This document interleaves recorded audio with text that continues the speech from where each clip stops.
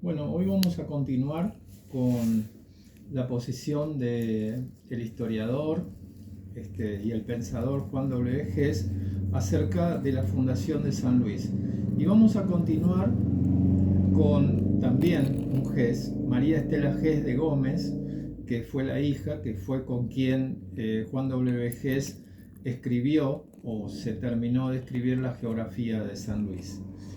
María Estela Hess de Gómez, en el año 42, en Buenos Aires, escribe este libro, que está en la biblioteca, que es un libro muy interesante, que se llama El escudo de San Luis, donde habla de algunos antecedentes históricos sobre la fundación, es lo que vamos a leer, y después la historia de los sellos usados en la provincia de San Luis. Esto quiero que ustedes entiendan por qué la posición de Hess tiene que ver con la etnología, justamente porque la hija, que es continuadora de la obra de Hess, justamente se basa en el escudo como forma de etnología, como forma simbólica de comprender lo que es la fundación de San Luis. Por otra parte, en lo que respecta a los historiadores que tienen cierta divergencia si se fundó un poco más al norte, un poco más al sur, un poco más al este, un poco más al oeste. Todo es parte de la ciudad de San Luis, así que no vale la pena entrar en esa disquisición erudita. Entonces vamos al texto, sin más, de María Estela Hess de Gómez sobre la fundación de San Luis. Verán ustedes que repite algunas cosas también de Hess. La fundación ordenada por el gobernador del Chile, Óñez de Loyola, en 1596, vino a coincidir con el lugar designado por Jofré 3 años antes, para la traza de dicha ciudad, la cual parece haber sido abandonada al poco tiempo, pues Jofré estuvo de paso, regresando a Chile con su escolta, donde recrudecía la guerra con los araucanos, en cuya lucha ya se había distinguido como un valeroso capitán. Estuvieron no presentes en el momento de establecerse el fuerte, no quizá a Óñez de Loyola, el mérito de la fundación de la ciudad, que muchos quieren desconocerle atribuyéndoselo a otras personas. Cuando un gobernante realiza una importante obra de gobierno o emana de su autoridad una orden trascendencial, las responsabilidades de tales hechos le incumben aun cuando personalmente no hubiera realizado el acto y aun cuando hubiera delegado su representación en algún funcionario o personaje de sus confianzas. Tal sería este el caso. Como veremos en el último capítulo, estas disquisiciones entre historiadores todas confluyen en lo que se establece junto a la Academia Nacional de Historia como la fundación de San Luis. Eso lo vamos a ver en la última parte sobre la fundación canónica de San Luis. Entonces, en 1596, el hoy territorio de la provincia de San Luis pertenecía a la región de Cuyo. Como queda dicho, y estaba por lo tanto bajo la jurisdicción de Chile, nada de lo que allí ocurriera podía escapar a la fiscalización y autoridad del gobernador y capitán general. De él dependían los corregidores, y si uno de estos funcionarios recibió especiales órdenes para realizar la fundación de la ciudad y cumplió lo ordenado, el mérito de tal hecho no correspondería, por cierto, al corregidor. Por otra parte, hasta hoy no se ha encontrado el acta que atestigue esta última circunstancia. Referente a los orígenes de San Luis, dice Hess en su historia de la provincia de San Luis que se había establecido una reducción en el portezuelo del Chorrillo, sin precisar la fecha al respecto, pero posiblemente antes de 1594, y que siendo el terreno muy poco adecuado, la trasladó más al oeste, donde tampoco prosperó. Este intento de afincar una población en ese sitio se atribuye a las autoridades de Mendoza, relacionada a la fundación con documentos antiguos. El mismo autor cita el título otorgado a favor de Juan Barreda Estrada e hijos en 1594 por Luis Jofré de Loaiza sobre unas tierras del Carrizal, Estancia Grande, y otras del Rosario, y donde se expresaba que este general era el conquistador y poblador de esta ciudad de San Luis, Nueva Palmira del Río Seco. Posteriormente, en 1713, se repite esta denominación en el testamento del mayor Marco Muñoz, al referirse al título de la Estancia Grande, poblada por su yerno Baltasar de Miranda. En otro título de la Merced del Portezuelo, adjudicada al capitán Marcos Muñoz en el año 1643, se encabeza dicho documento así: en San Luis de Loyola, Río Seco de Medina. Allí mismo consta que se hizo una nueva distribución de tierras para edificar la ciudad, así como que se adjudicaron suertes de estancias destinadas al fomento de la ganadería, principalmente en las riberas del río Quinto, fundándose en esa época la estancia del rey. Este Muñoz había sido el agente principal de la reconstrucción de la ciudad en 1632, cuando desempeñaba el cargo de alcalde de primer voto, y en premio a sus grandes servicios se le había otorgado una merced de tierras y una encomienda. En documentos posteriores nos encontramos con la denominación San Luis de la Punta de los Venados o de la Sierra.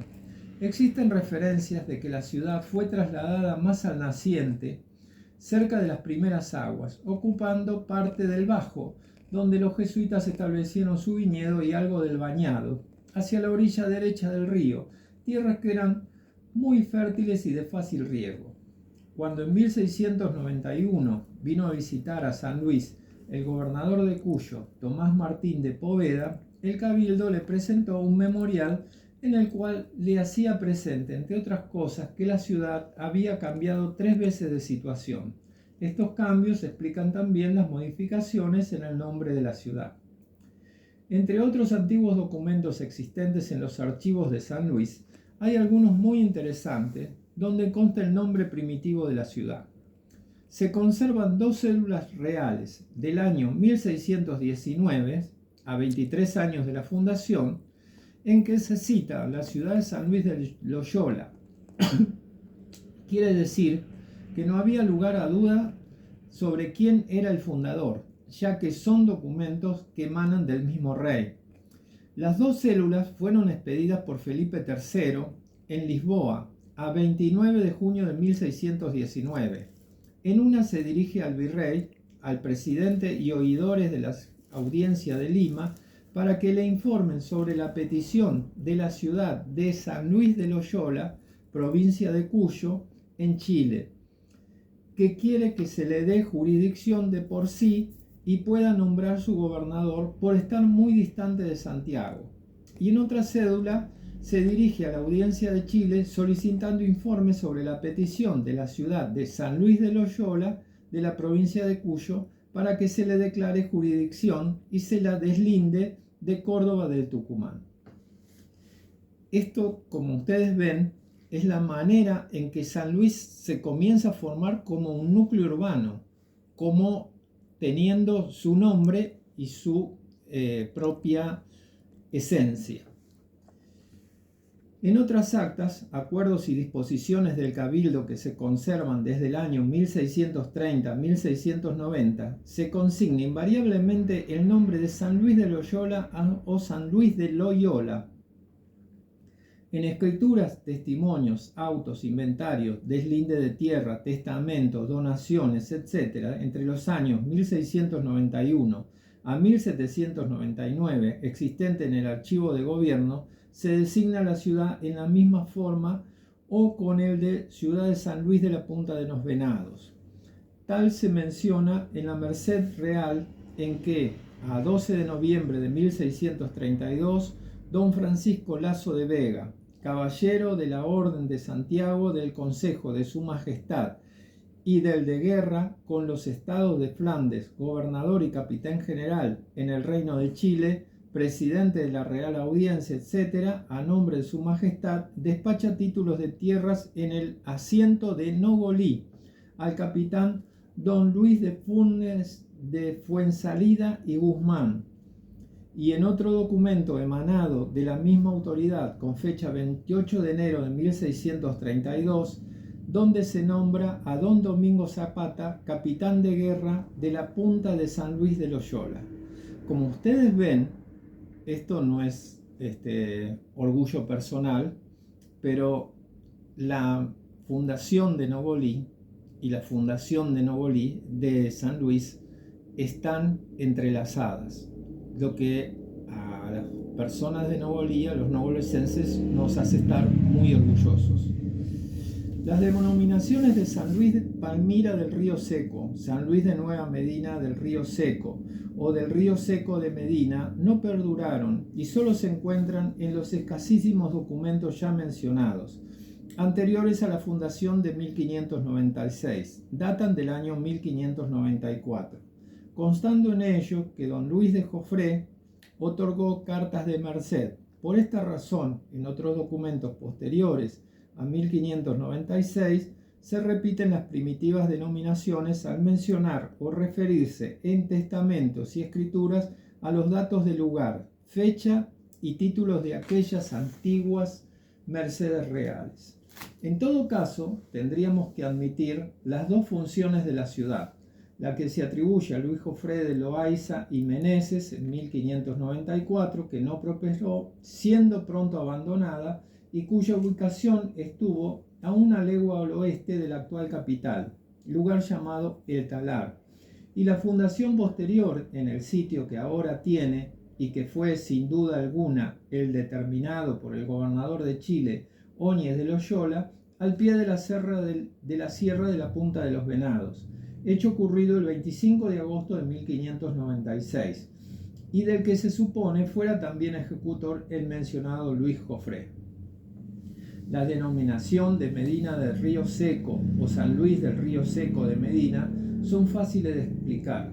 Don Luis Joffre de Loayza y Meneses, o Luis Joffre y Meneses, o Luis Joffre y Aguirre, eran miembros de noble familia española con rama troncal en Castilla la Vieja, en la ciudad de Medina del Río Seco, provincia de Valladolid, y se apellidaban Joffre de Loayza. Progenitores de esta rama fueron Francisco Joffre y Cándida Montesa, padres de 5 hijos. El segundo, don Juan de Joffre y Montesa, pasó al Perú y luego a Chile, actuando valientemente en la conquista de estos territorios. Se dirigió a Cuyo hasta 1561, enviado por don Francisco Villagrán, gobernador de Chile. Fundó la ciudad de la Resurrección a 28 de marzo de 1562. Traslado de la ciudad de Mendoza, fundada por don Pedro del Castillo, y la ciudad de San Juan de la Frontera el 13 de junio de 1562. En 1555 había contraído enlaces por poder en España con doña Constanza Aguirre de Meneses, hija del conquistador Francisco de Aguirre y de doña María de Torres Meneses, y de este matrimonio nacieron en Chile 9 hijos. El quinto fue don Luis Joffre de Loayza y Meneses, el que más tarde fuera capitán general corregidor y justicia mayor de Cuyo, entre los años 1593 a 1596, y desempeñara después el mismo cargo en Santiago de Chile, entre 1603 y 1604. Junto a don Juan de Joffre y Montesa vinieron a América sus hermanos don Diego y don Sancho, nacidos también en Medina del Río Seco, quienes tuvieron actuación destacada en las conquistas de Chile y de Cuyo, quedando el primero en el cargo de don Juan como lugarteniente de gobernador y de justicia mayor, cuando éste volvió a Chile en 1562. Es explicable que don Luis de Joffre honrase a su ilustre padre y a sus parientes recordando el nombre del lugar de España en que habían nacido. Como ustedes ven, toda esta genealogía que se hace es para explicar quiénes fueron los primeros habitantes de San Luis y por qué se generó esta ciudad de San Luis.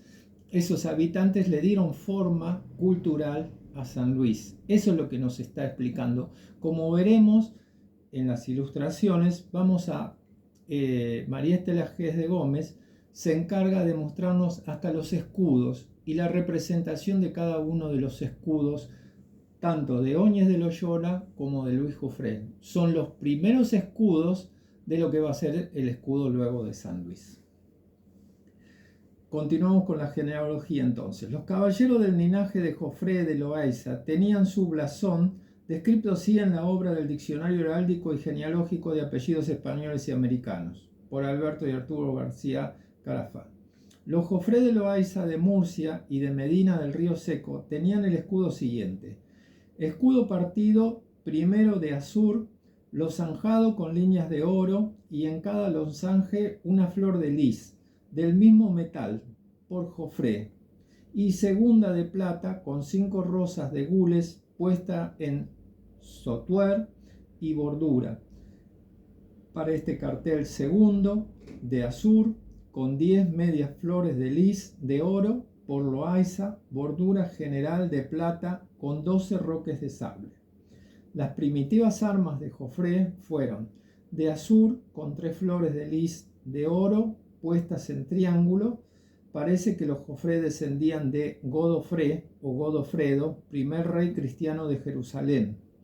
El blasón flordesilado de los Jofré de Loaiza evidenciaba en sus lucidas figuras heráldicas la nobleza de su linaje, la lealtad con que le sirvieron al rey todos sus caballeros de esta familia, cuya norma de firmeza, abnegación y corrección de procederes les dio fama y gloria.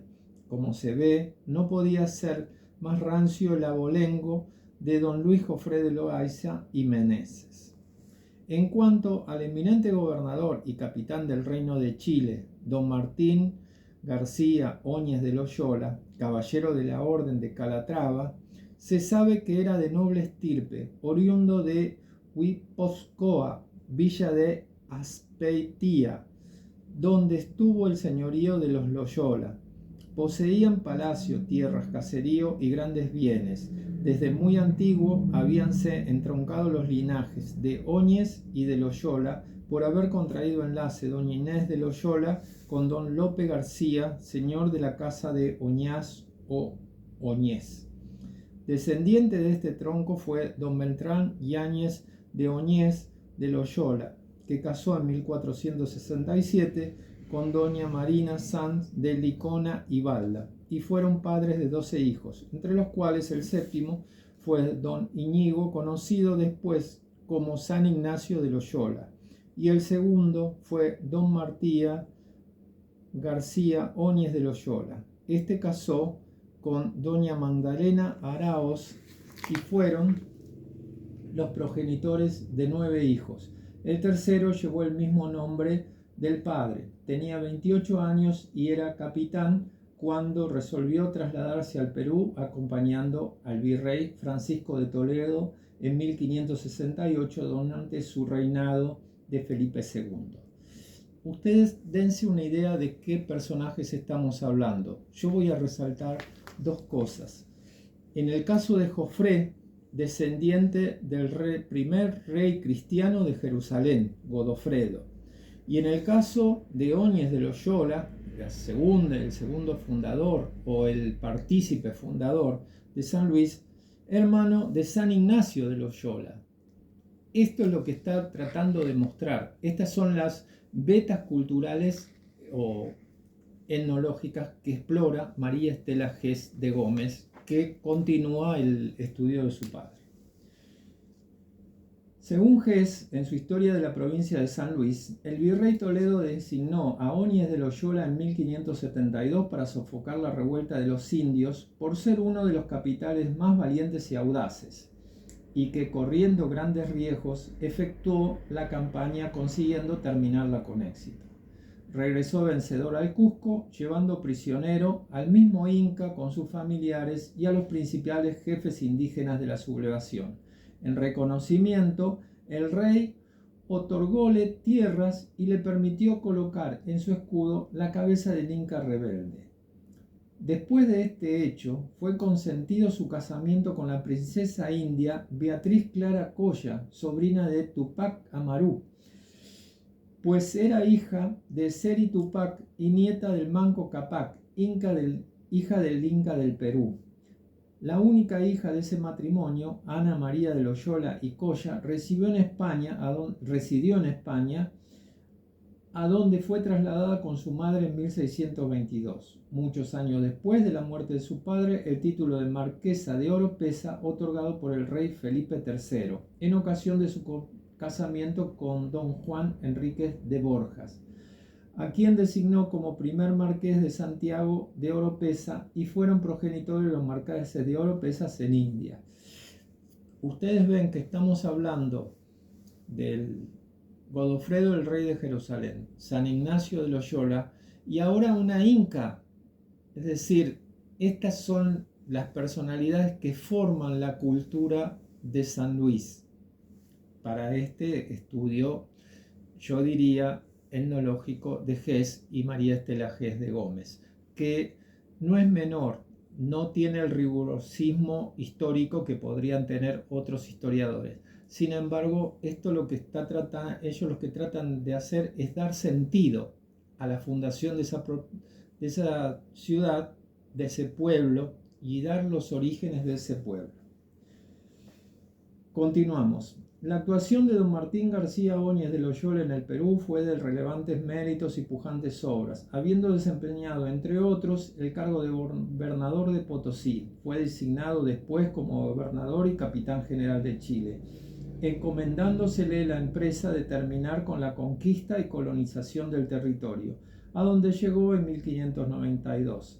Dedicóse de inmediato a llevar sus avanzadas hasta el sur, fundó el fuerte de Santa Cruz en la ribera del Biobío y continuó la compañía, una de las más azarosas de que haya memoria en la conquista de Chile. Combatió sin tregua a los araucanos, fue así actor y víctima en el terrible drama de Curo-La-Trava, campamento en el que se encontraba con 50 soldados españoles y algunos indios auxiliares, cuando fue sorprendido por la indiada capitaneada por el cacique Pelantaro. La confusión fue espantosa y aunque Óñez de Loyola peleó como un bravo, fue muerto con sus compañeros, salvándose solo 2 de los indios auxiliares. Sucumbe de ese modo el 22 de noviembre de 1598 el gobernador y capitán general de Chile, uno de aquellos brillantes y heroicos caballeros que sin tacha, sin mengua y sin miedos habían combatido para afianzar en América los dominios de su majestad católica el rey de España.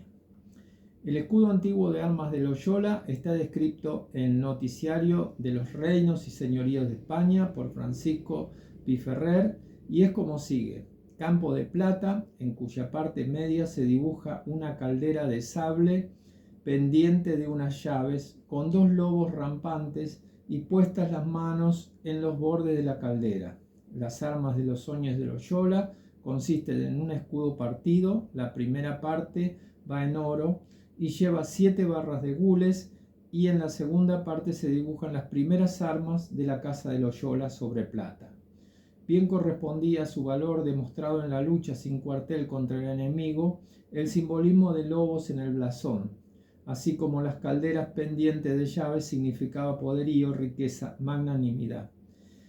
De todo ello fue digno representante don Martín García Óñez de Loyola, cuyo proverbial señorío y generosidad cuadraban a un gentilhombre de la estirpe de los Loyola. Las barras de gules son propias de los caballeros audaces y de los guerreros denodados. Tan brevemente esposada la biografía del ilustre gobernante de la Capitanía General de Chile, que en 1596 ordenó la fundación de la ciudad de San Luis de la Punta de los Venados. Como ustedes se darán cuenta, en este paso que nosotros hicimos sobre la fundación de San Luis, primero buscamos el nombre de San Luis, qué representaba, qué simbolizaba. En este caso, que ya hay unos trabajos de historia, nos damos cuenta de la genealogía de los personajes que efectivamente fundaron San Luis. Y para finalizar, los invitamos a venir a la biblioteca y consultar este hermoso libro. Esperemos que se vean bien los escudos, tanto el escudo de Loyola, el escudo de armas de Óñez de Loyola, el escudo de Jofré y el escudo de armas de Jofré de Loaiza. Como verán, la flor de lis, la representación de nobleza. Esto es como para verlo, como para analizarlo y como para disfrutarlo. Los invitamos a que vengan y la próxima vez vamos a hablar sobre la fundación canónica de San Luis, cuándo se realiza, quiénes son las personas y los historiadores que intervienen en esa fundación y por qué se determina la fecha 25 de agosto de 1594 esa fundación.